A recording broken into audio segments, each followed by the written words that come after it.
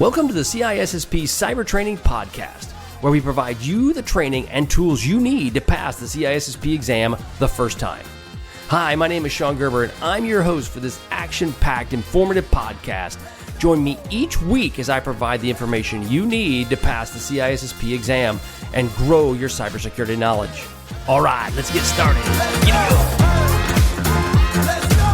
Good morning, it's Sean Gerber with CISSP Cyber Training. How are you all doing this beautiful morning?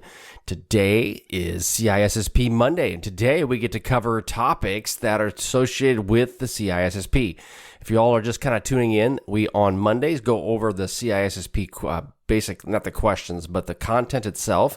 And then on Thursday, you will have content specifically focused around the questions that were in the content on Monday.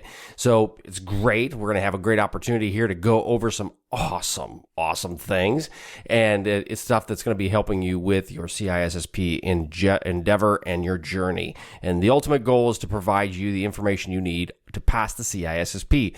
Because as we all are, if you're listening to this podcast or, and it doesn't necessarily mean people that are listening to this podcast are focused only on the CISSP, but most people that are listening to this are focused on the CISSP and passing that exam. And so this is what we're here for. We're here to help you pass that rascal. So again, my name is Sean Gerber. I am a person who's been in the cybersecurity industry for a long time, been around for probably close to 20 some years. So that means I'm really old and I've got a lot of gray hair, but I've been able to see a lot from basically coming from a background of not having security from flying airplanes to now leading an organization as their CISO. So we're going to get into it, but one of the first things we talk about here today is a article that I saw just in the news. It actually isn't about a security event per se. It's more of the 80-20 rule for security operations. Now, as you guys know, we are studying security operations within the CISSP. That's one of the core tenets is around SecOps. And this is a great article. It's in the Hacker News, and it talks about the 80-20 rule. And it really does govern most things in life is this 80-20 rule. And what this article basically comes down and says is that most SOC teams, or Security Operations Center teams, will spend a third of their day on events that don't pose any threat to their company or their organization. And that's true. It was back when I was leading a SOC, that was the case as well. We saw that routinely. And what they do is the thought process is that you will build some level of automation with your SIM, and that your SIM is your Security Incident Event Management tool. You will build the automation around that will handle those 80% issues you run into. I've seen it in the past where, especially when a SOC stands up, when you don't have that automation enabled, it can consume a gob of your time, so much so that it actually makes it overwhelming. And you have a hard time then keeping people because they're not into sitting there looking at a screen, working on things that really have no effect whatsoever. So that's kind of a common interest there that I thought was kind of valuable. So you want, again, the 80% you want to try to put into some level of automation. And that would get into data ingestion and normalization. They talk about how you deal with detection, investigation, and response. All of those can be built in so that they're all automated as much as you possibly can. And I think that's a really valuable tool. I've seen it myself when working through various incidents I've had with my company. The automated factor really does help manage your people, especially when in today's world with finding security people can be very challenging. That is awesome that you have the ability to automate that piece. Now, the last 20% is the customization aspects of it. And the customization piece is there is automation built into it, but it's more designed for those areas that need that specific or specificity of the 20%. And that's the top tier aspects that you're dealing with in relation to an event. So if something is more hands-on that you have to address. So I'll give you an example where you have an incident that hits an endpoint. The endpoint has an alert that kicks off, then an automation will roll to clean out that incident. But if there was somebody that was it was fast spreading type of malware, you may have to be involved. It also could be one where if it's in dealing with an individual, like so basically you're dealing with a full up hacker that's in your environment, that would need hands-on approach to it as well. So that's an important part of that 20% customization. And with that, they talk about how you ingest custom data sources. That's part of what you'll do in a SOC, is you will work to have those custom sources that are coming into your SIM to basically customize that input so that it meets your criteria for alerting and monitoring. The other part is they talked about detection as a code, and then they talk about scalability as far as how your business context goes.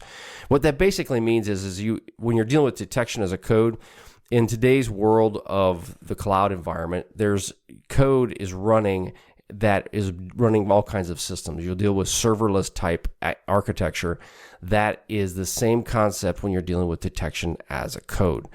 Now, the other part when you're dealing with scalable business context, as a security person who works with a company, the context around how that data is ingested, what is that data, is extremely valuable. So you may think that, well, all data is the same, but it really isn't, because at some places there may be information that comes in that I don't have a lot of value for, and therefore I can let those automated processes work. But I have other information that comes in that's extremely valuable that I don't want bad guys to have, and therefore I need to be involved. That would fall in that 20%. So again, it's a very interesting article. It kind of just talks about if you're dealing with a SOC, what should you consider? So folks that listen to this podcast probably are on SOCs. They may be actually managing a SOC. It's a really good article from the Hacker News. It's called the 80-20 rule. Okay, let's get started and let's roll right into today's podcast. Okay, so for today's podcast, we're going to roll into or talk about navigating security compliance and vulnerability management. Now, this is part of domain 4.5, and this is the vulnerability management aspect of domain 4.5. So we're going to grab their various pieces, and we're going to kind of delve deep into this, and you'll see part of this actually overlaps what we talked about with the Security Operations Center. But when you're dealing with a threat to your organization, now this is going to help you with the CISSP, but it'll also help you with your company as well if you're looking to utilize security tools in your environment. There needs to be a process for identifying threats and vulnerabilities, and this can be done through various tools. Obviously, we talked about the SIM, obviously your secure incident event management tool. That can be one of the tools. Or you can have and as well as your intrusion detection and prevention systems. You can have various log files that are coming from various systems, switches, routers, and so forth. You can have various log files coming from your cloud infrastructure. All of that can be available to you. And that's what you want to use your internal security tools to help you with that. And that will all be ingested into your SIM to help with these overall alerting. Now, there's devices that are used. Again, we talked about for detection. We talked about intrusion detection and prevention. Now, what you'll see in today's world, it used to be a hardware, a piece of equipment that you would have an intrusion detection or prevention pieces of equipment. And that IDS IPS system would then allow traffic in or out based on just like a firewall. But what it would do is it also interrogate that information. It would tear it apart and look at what's actually occurring within that data packet that's moving across the wire. Now, depending upon if you have a system that's just going to alert, it would typically be an IDS. If you have a system that's actually going to go in and do some blocking, that would be what we call an IPS or intrusion prevention system.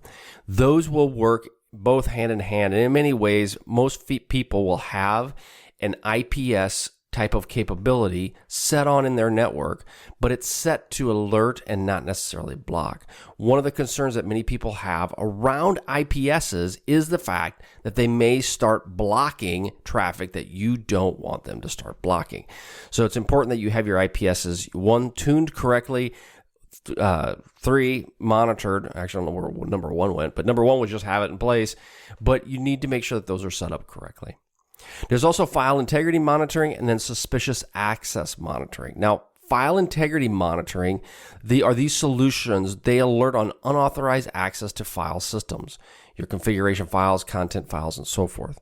So if you have piece of a file, I should say a piece of a file. You have a file and something is modifying that file. These file integrity monitors will let you know that somebody's managed it, somebody has modified it, and it will then alert you upon those situations. Now, suspicious access monitoring, these are devices such as a NAC or a DLP type solution, which will then look to identify and mitigate unauthorized access attempts or potentially bringing data out of your organization through policies that they may have in place. Deal with many times with DLP, and DLPs work really, really well in the fact that they will help control the data that may or may not be leaving your organization. Now, they also can be very temperamental, and they have a lot of overhead that goes with them. So if you deploy a data loss prevention tool of some kind, you need to make sure that you have the resources available to you to manage it properly, because it can be very, very costly, not just from the tool itself, but from the overall manpower required to make it run. Now, you're dealing with penetration testing. So one thing we're going to talk about is what is a penetration test? Now, I did this penetration test in a previous life with the military. It's changed a lot since then, I'm sure. But basically, we would do a network vulnerability assessment remotely, go into an organization physically, and then we would all the information that we did from that remote network assessment, we would use that to help modify us and allow us onto the facility itself. It's a really great way to gain access to physical locations, and it would prove to be very successful, probably too much so. So that's a red team activity. But a penetration test is an external network test that you basically come from the outside and you try to work your way into a network. Now, this can be done utilizing real-world techniques, procedures, TTPs. It's using those like the bad guy or girl would use, and they're very common. Now, I will tell you that many people in the security world want to be a pen tester. They love it. They want to be an ethical hacker. And that is great. If you want that, that's awesome. You can definitely do it. I will tell you, though, there's lots of opportunities. So here comes the but. Here comes the negative. There's lots of other opportunities that can give you a lot of satisfaction outside of being a pen tester. And also your skills have to be the best of the best to be a pen tester. And I'm not saying that that's bad. I'm just saying from a skills standpoint, I was a pen tester. Was I the key guy? No, I was not. Now, I led a team, and I could do it, I could understand it, and I could actually accomplish the tasks needed to become that, but I needed a lot of supervision just because of the fact that I was good, but I wasn't that good. And you need someone who's really, really good to do external network testing. You have your internal network testing. This is where you're done through staff can run security programs that will allow you to scan the environment. We used to do this as well. We would go into a facility and into a location, and we would do a network intrusion detection scan. Now, we did all of this while we were basically trying to hide as well. We didn't want them to know that we were there. And the reason being is that if I'm doing a scan of an internal network as an assessor, and they know that I'm scanning them, they're going to make changes to their environment. So we would go in kind of basically black ops, right? And we would just sit in a room and we would scan the environment. One, to see if we get caught. Two, to see what we would find. Now, you're dealing with penetration testing. You have pre-deployment testing, and then you have retesting after your engagement is over. So pre-deployment testing is basically before you deploy your new systems and applications, you will do a testing of that system in a controlled environment. Again, one is to ensure that you have no new vulnerabilities that you're introducing to their environment. But two, it's also to show that your system is actually monitoring correctly and it is working correctly. So the last thing you want is go in there and tell them they have all kinds of issues, and when in reality, it was your system that had all kinds of issues and they're much safer than they thought. You lose a lot of credibility doing something like that. Retesting after the end of it, once you get all this done, they go in and they make the fixes. You then will go retest it after they have remediated the problems. That works really well. It does also help provide some level of accountability to ensure that, hey, I'm coming back. So you may think I'm gone, but I'm coming back. And it's a really good way to help the organization that you're working with. Now, we deal with vulnerability scanning. That's, again, can be a lot like the pen testing. Think of it this way. The pen test is a very narrow, targeted approach. Like a hacker, they're looking for one or two ways in. A vulnerability scan is going to look for scanning all over. Where is this at? And you will then scan external networks, externally facing IPs and domains, and detect vulnerabilities that could be exploited by attackers. That's the purpose of it. And again, you're looking for software insecurities, you're looking for configuration errors, anything you can find externally scanning. Your internal scanning is a regular scanning that will occur. You should do this routinely within your organization to just find if there are any sort of vulnerabilities that may be in there. As an example, Qualys is a great tool that's used internal. It tells you if you've got vulnerabilities with your applications, with your servers. It's a really good tool to help with that. And you'd want to do that's done internally to your organization. Now, after you make the changes, you'll then obviously want to go back and scan again, and then just make sure that you've addressed the problems that you found. Then there's also wireless scanning. That's a really good tool for, especially in today's world where there are so many wireless access points that are being stood up. I have seen it time and time again where you will let individuals within your organization have some level of autonomy. Well, by doing so, what ends up happening is they typically have a problem to solve. I'll give you an example of a situation that occurred many years ago where we had an individual that was trying to gain access their break room, and they couldn't gain access to their the internet because they needed the internet for whatever reason. Well, they put a wireless access point in a location so that they could basically bridge between the network that was outside, right, be it their standard cellular network, to the break room. And they had a problem to solve. And so because they had a problem to solve, they found a way to solve it. Well, if you have that level of scanning, you can now determine, oh, look, there's an access point here that should not be here. And so it's a great way for you to do some level of scanning within your environment, because people are people and they will bring stuff in. In most cases, it's not malicious. It's just they have a problem to solve. Sometimes you will get into somebody who is malicious, and then that's a whole different conversation. The other part around vulnerability planning is your incident response plan. This helps you look for unauthorized devices that might be in your environment. When you're dealing with an incident, you don't want devices that are in your environment that are not allowed or not authorized.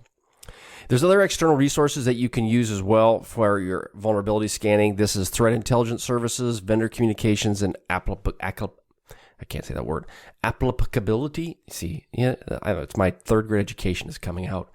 Applicability, there you go. Took me a second. It is a senior moment. Applicability assessments. That's it. We'll come to that. So threat intelligence services, you're going to have various companies that will provide you real-time threat intelligence feeds to help you, give you advance warning if something might be going on. So there's tons of them out there. There's more that are coming all the time, and they will give you some sort of feed either from, they pick stuff off the dark web, they have some sort of intelligence within within an organization or a country. They will provide that information to you. They maybe have information based into big companies that have 0 days, like Microsoft, that find them. They'll then provide you that intelligence before it hits the street so that you can make changes. The other part is vendor communications. There's vendor security advisories patches that come out. You'll want to ensure that your organization is getting those. And so what I mean by that is that as your organization has various vulnerabilities, various applications, you want your SAPs, you want your Microsofts, you want all these companies to send you information on what are some of the vulnerabilities associated with your applications or your systems so that you can go and address those problems. And so therefore you need that information coming in from these various vendors. Applicability assessments, these are done, again, to ensure that your organization's posture is responsive to the current threats that are out there. And you should regularly assess your organization based on that. So, and this doesn't have to be a large all-company scan. This can be a very targeted scan internal to your network just to make sure that they're doing what you want them to be doing. Now, when you're dealing with scans and any sort of communications, you want to make sure that you have approval and that people are aware of what's going on.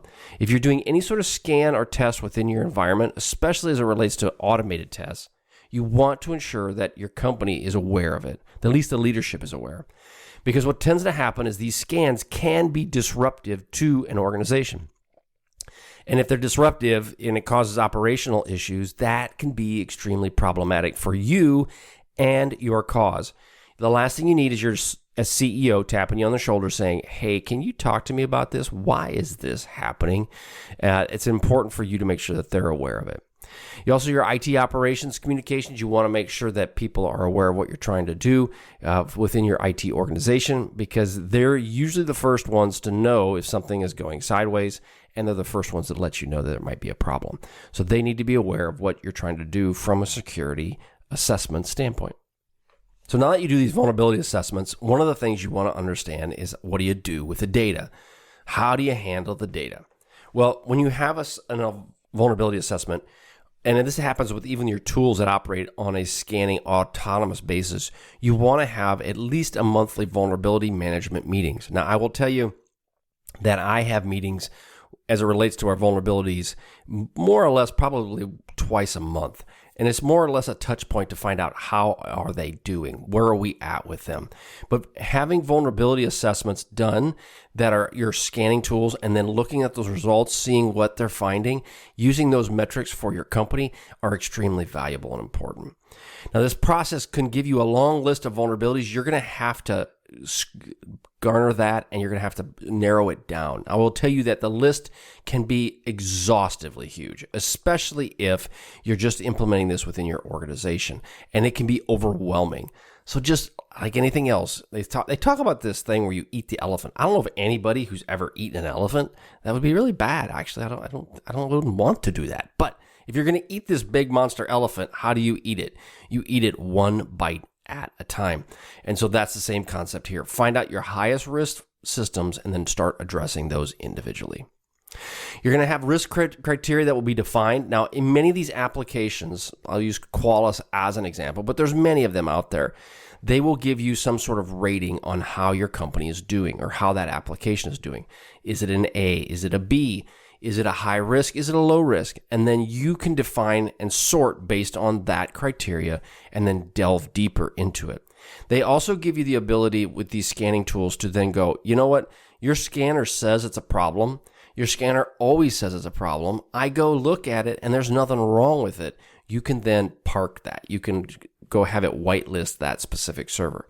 Now, the downside of doing that is if something does come up in that specific system, sometimes you could overlook it. And so therefore, a lot of these whitelisting capabilities within these scanners will allow you to just only put it in for 90 days, 120 days, 180 days. And then it pops it back up like a flower. It pops back up. So the point is that I'm trying to make with that is if you do whitelist a system, don't make it indefinitely. Put a time limit on it, put a criteria around it so that it does come back up to you and you're able to address it in the future. Now, it'll also produce you a risk mitigation list, and this would be an updated list with actions, completion dates, and then the overall responsible owner, and you'll want to make sure that you have that defined and worked out. Now, as it relates to the frequency and how often do you do this, like I mentioned a little bit earlier, vulnerability scanning is usually done about once a month, and I feel that once a month is probably as soon as you want to do it.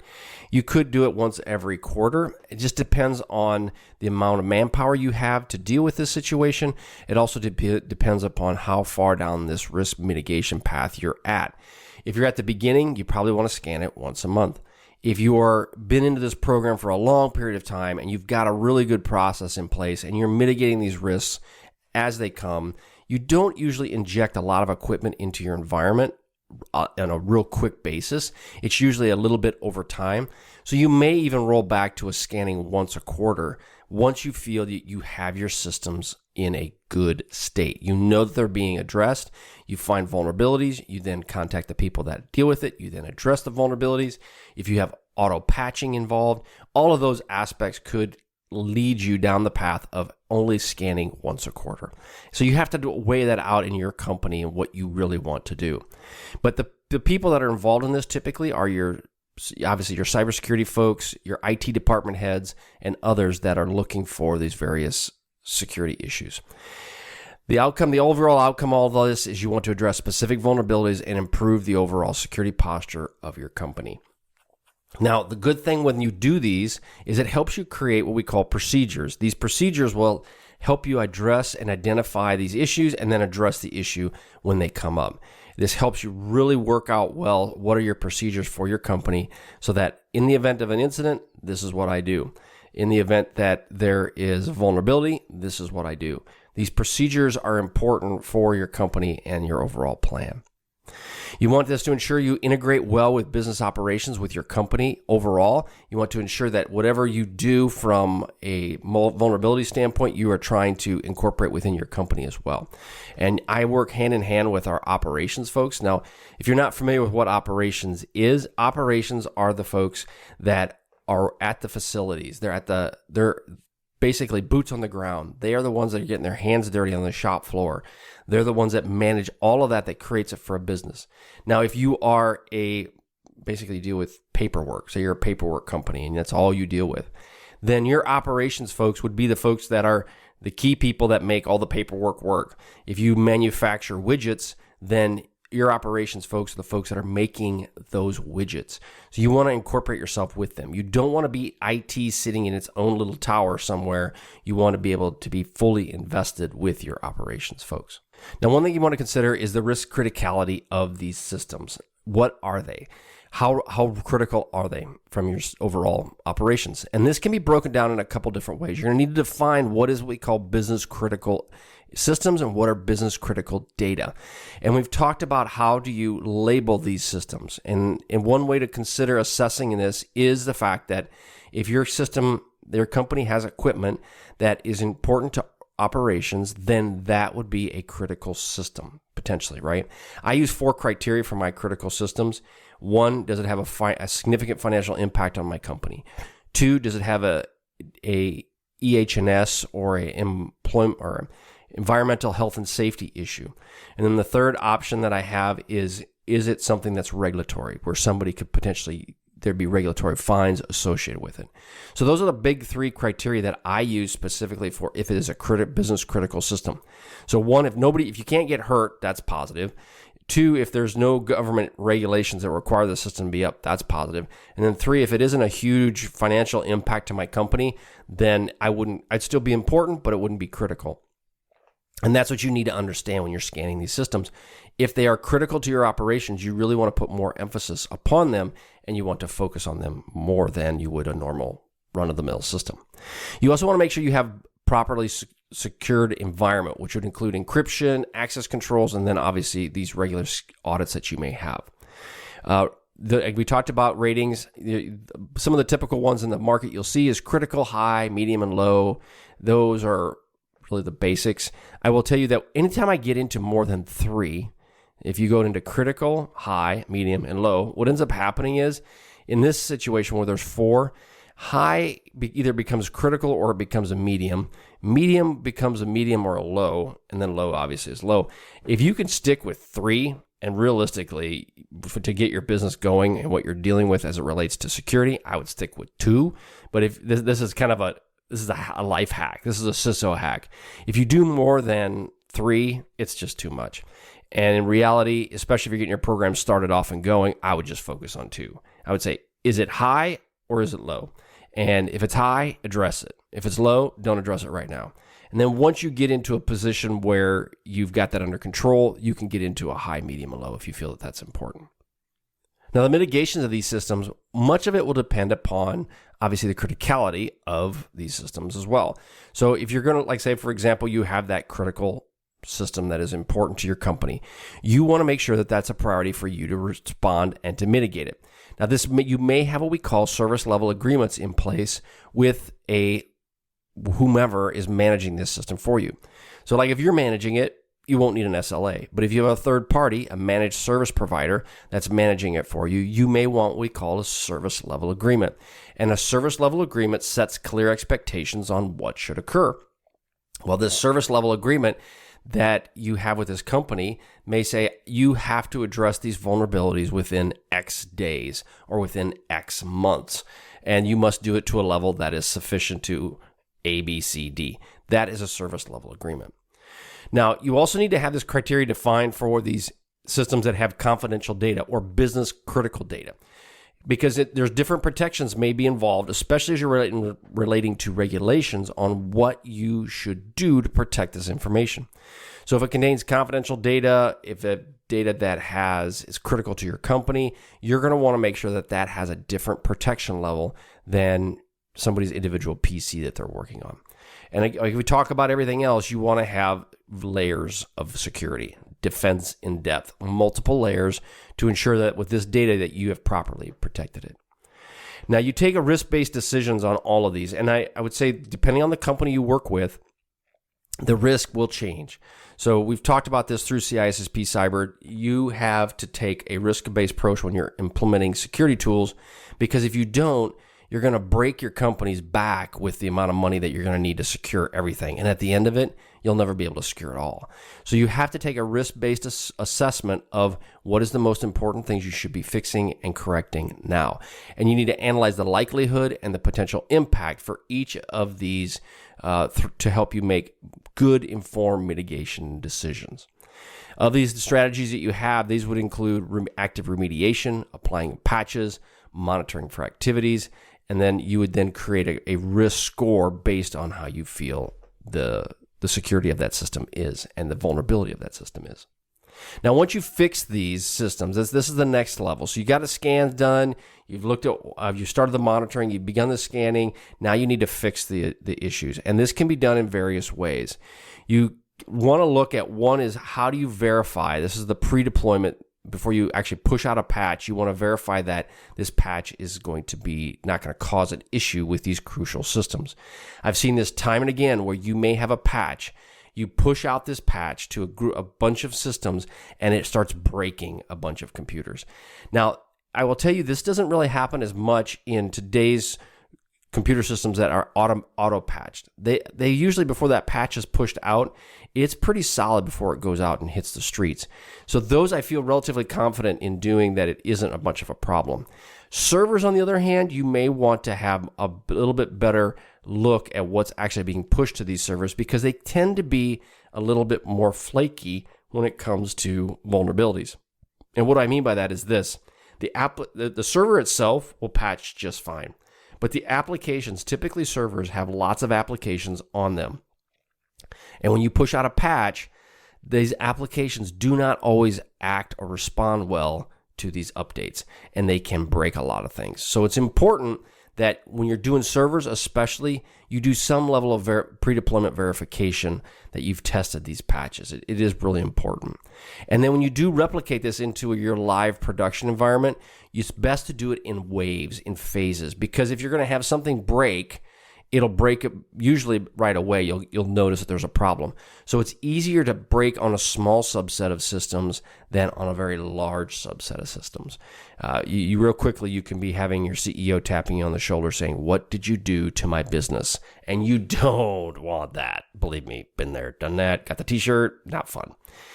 Now, when you do these things, you want to make sure that you track your changes that are occurring, and you want to have documentation around all of this. A lot of it comes down to documentation. And I say that, and I'm pointing a finger at this screen right now saying, you must do documentation.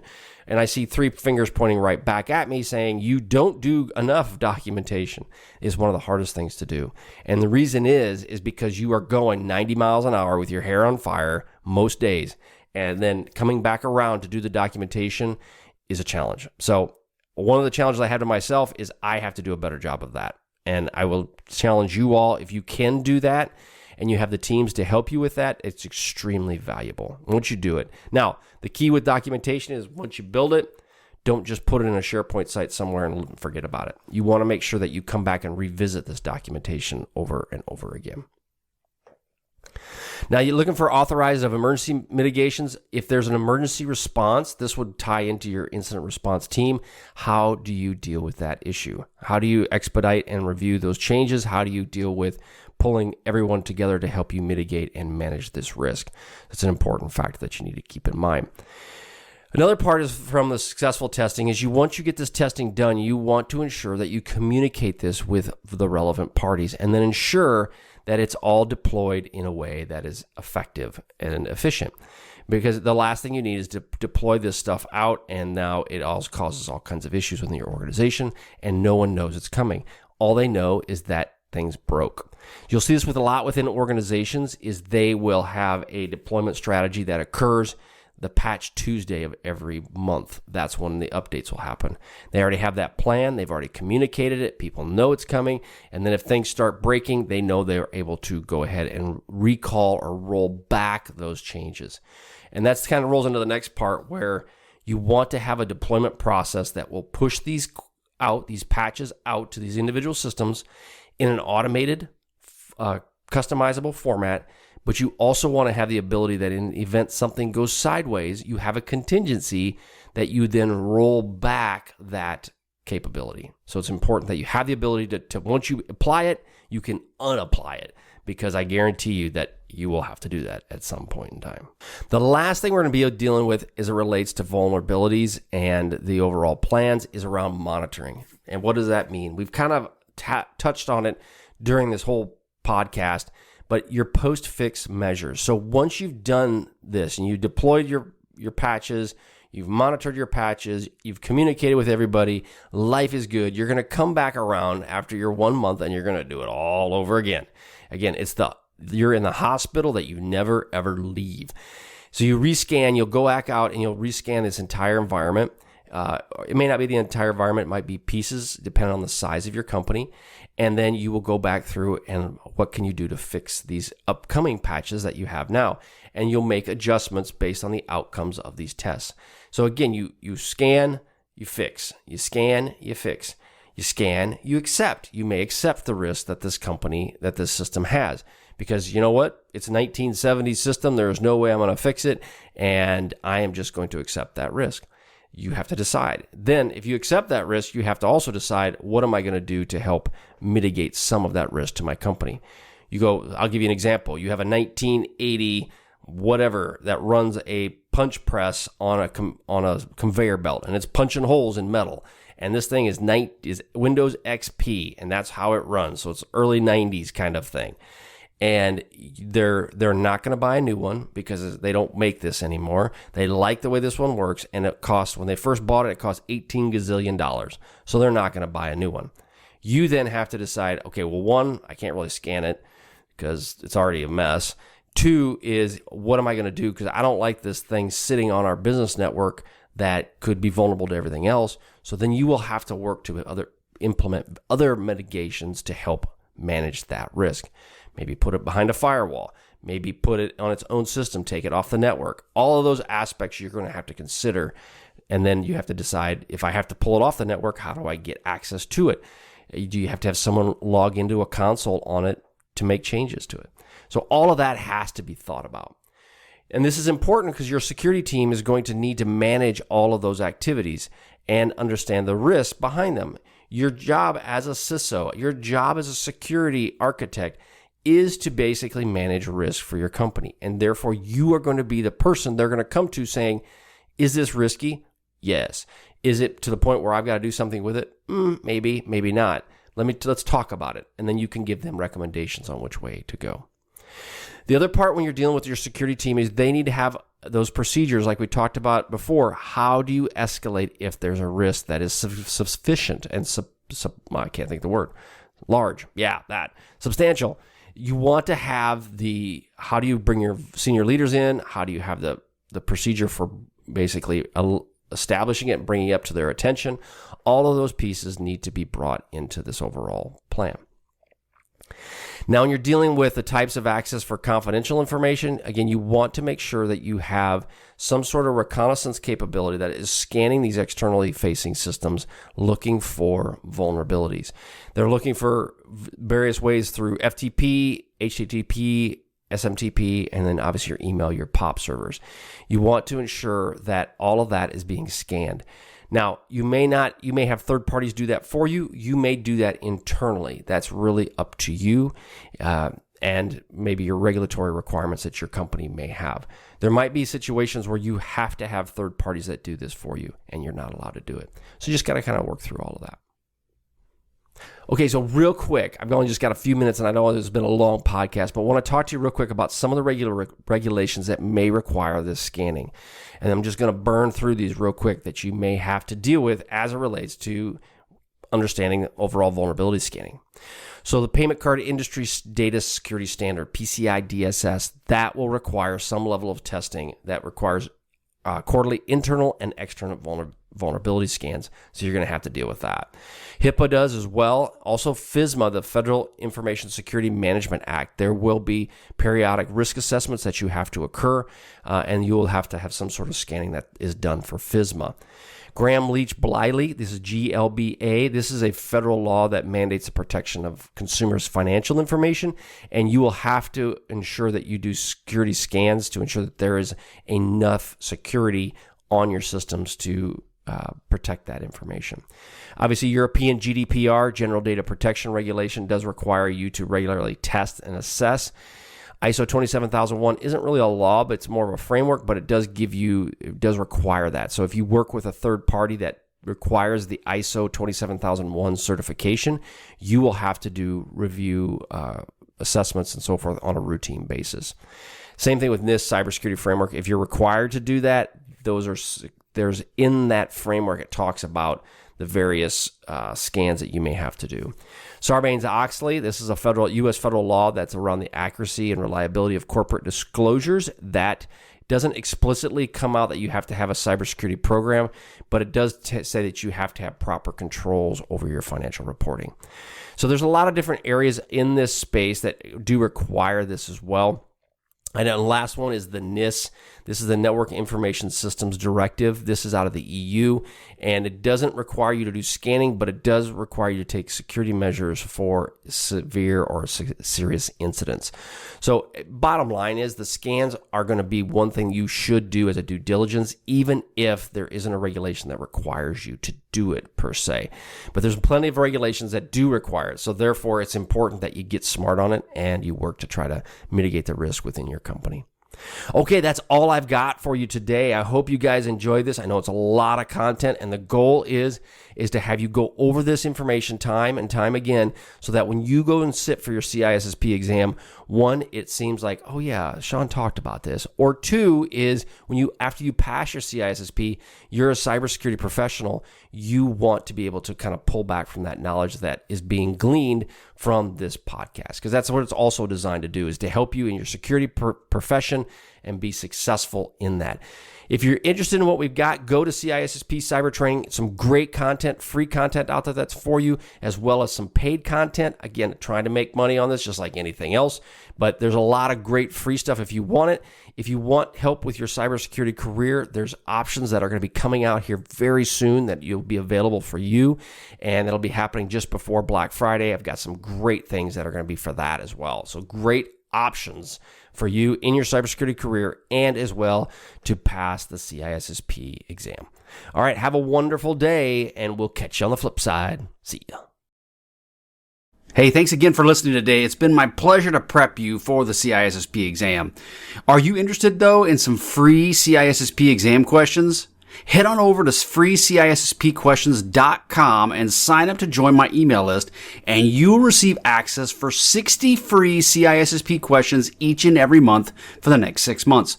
That's a total of 360 questions just for signing up with CISSP Cyber Training. You'll also gain access to other free CISSP resources, so just head on over to freecisspquestions.com and sign up, or head on over to CISSPcybertraining.com and sign up today. Have a wonderful day, and we will catch you on the flip side. See ya.